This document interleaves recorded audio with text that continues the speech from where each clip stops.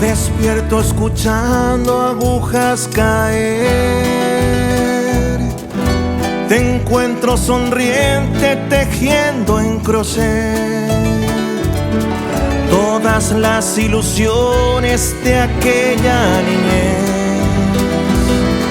Son pecas sagradas en tus manos, mujer.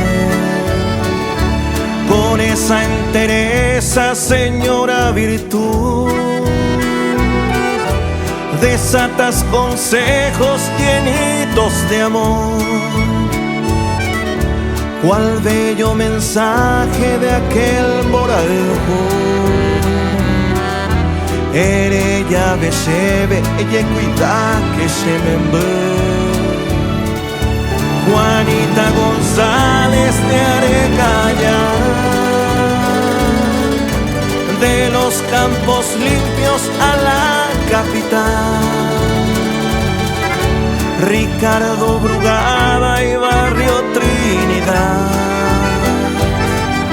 recuerdan tus sueños, sublime mamá.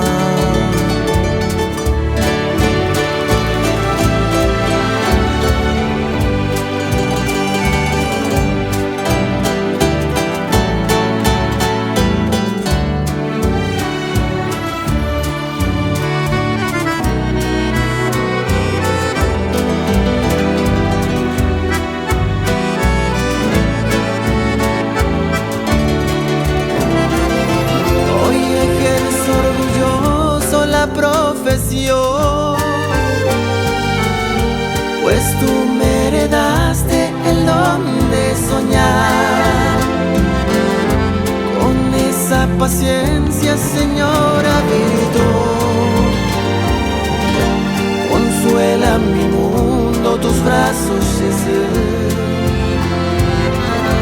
Te pido disculpas, querida mamá. No puedo hacer nada para remediar aquella ausencia de algún familiar que con Diosito sueles conversar. Juanita González de Arecaya, de los campos limpios a la capital. Ricardo Brugada y Barrio Trinidad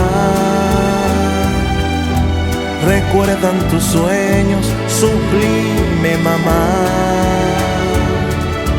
A todas las madres del Paraguay que nunca se cansan en esperar a su amado hijo para abrazar, como siempre lo hiciste.